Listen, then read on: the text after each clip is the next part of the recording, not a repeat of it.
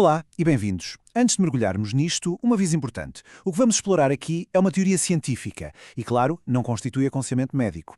Hoje vamos olhar para o cancro de uma perspectiva diferente. Uma perspectiva que tem as suas raízes não só na biologia, mas também na física e na química das nossas células. Vamos tentar perceber como é que a energia, o combustível que usamos e a própria eletricidade a nível celular podem traçar a linha entre a saúde e a doença. Então, o que é que nos espera? O nosso roteiro é bastante claro.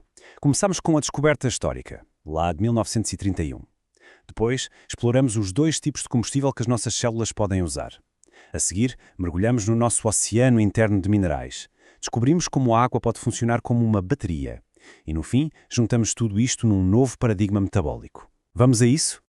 A nossa viagem começa com uma figura-chave, o Dr. Otto Warburg, um fisiologista alemão. O seu trabalho, que até lhe valeu um prémio Nobel, lançou as bases para uma forma completamente diferente de entender a oncologia. A investigação dele focava-se naquilo a que ele chamava o fermento respiratório, basicamente o motor da vida aeróbica. E é aqui que ele lança a sua hipótese central, uma ideia tão poderosa quanto controversa. Warburg propôs que, na sua essência, o cancro não começa com um erro genético. Não, começa com uma falha energética.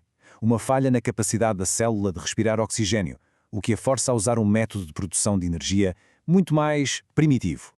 Este fenómeno ficou conhecido como o efeito Warburg, e aqui a palavra-chave é preferem. Mesmo quando têm oxigênio à disposição para produzir energia de forma limpa e super eficiente, as células cancerígenas escolhem o caminho ineficiente e sujo da fermentação do açúcar. A grande questão é porquê? E este é o ponto-chave, a base de tudo o que vamos ver a seguir. Para Warburg, os agentes cancerígenos que nós conhecemos, as toxinas, a radiação, certos vírus, não são a causa direta, são um gatilho. Eles dão início ao problema, mas a causa primária, a causa final, é o dano que estes gatilhos provocam na maquinaria respiratória da célula, as mitocôndrias. Isto leva-nos diretamente aos dois caminhos energéticos que uma célula pode seguir. E esta escolha, como vamos ver, pode ser a diferença entre uma célula saudável e funcional e uma que se torna, como dizia Warburg, um parasita no nosso próprio corpo. E o contraste é abismal. De um lado, temos as células saudáveis, são flexíveis, conseguem queimar gorduras e cetonas de uma forma limpa e muito eficiente, através da respiração. Do outro lado, as células cancerígenas tornam-se viciadas em açúcar e num aminoácido chamado glutamina, que fermentam para obter uma explosão de energia rápida, mas muito ineficiente, e ainda por cima deixam para trás um resíduo tóxico, o ácido láctico. E se olharmos para os números, a coisa fica ainda mais clara. Reparem na linha da eficiência energética. Uma célula normal consegue gerar cerca de 36 unidades de energia, ou ATP, a partir de uma só molécula de glucose. Agora, comparem com a célula cancerígena, que gera apenas 2 unidades de ATP. Esta diferença brutal de 18 para 1 explica porque é que os tumores são tão esfomeados por açúcar. Eles precisam de consumir quantidades enormes para compensar esta ineficiência. Esta ideia não ficou parada no tempo, claro. Mais recentemente, um investigador, o Dr. Thomas Seyfried, pegou no legado do Warburg e levou-o um passo mais além. Ele argumenta que a instabilidade genética e as mutações, que a visão convencional diz serem a causa do cancro, são, na verdade, uma consequência. São o fumo, não o fogo. O fogo, o problema inicial, é a falha metabólica. Ok, até agora falamos de combustível. Mas há outra peça neste puzzle, que é o ambiente onde as nossas células vivem. A teoria sugere que o nosso corpo tem uma espécie de oceano interno, e a composição desse oceano é absolutamente crítica. Pensem nisto, e se o nosso corpo fosse um aquário marinho? Parece estranho, não é? Mas esta metáfora, popularizada pelo biólogo francês René Quinton, é fundamental. A ideia é que as nossas células, no fundo, ainda esperam viver no mesmo ambiente equilibrado e rico em minerais dos oceanos primordiais onde a vida começou. Quando este aquário fica desequilibrado, as células sofrem. E o que é que pode perturbar o equilíbrio deste nosso aquário? Bem, um dos grandes fatores, segundo esta teoria, é o tipo de sal que usamos.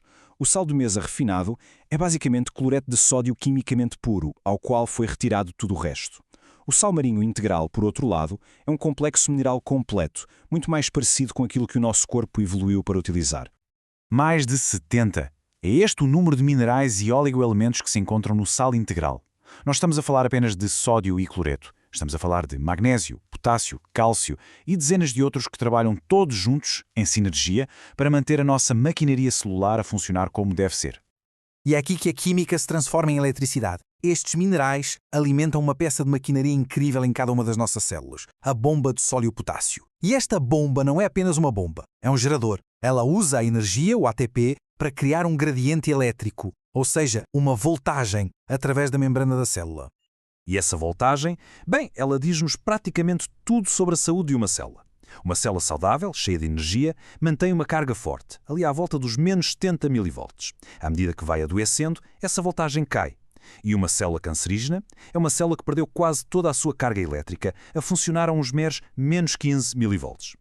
Isto leva-nos à peça final, e talvez a mais fascinante de todo este puzzle, a própria água.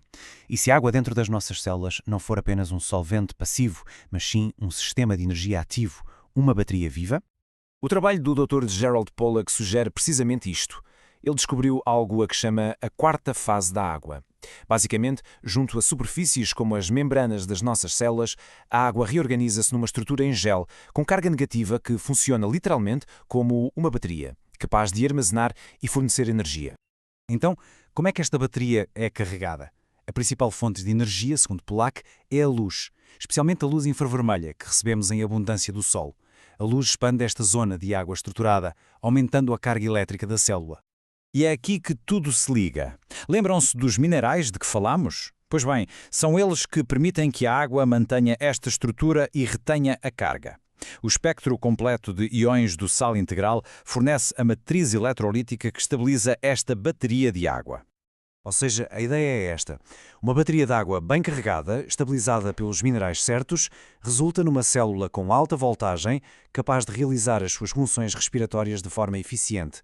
A energia torna-se uma propriedade física, não apenas química.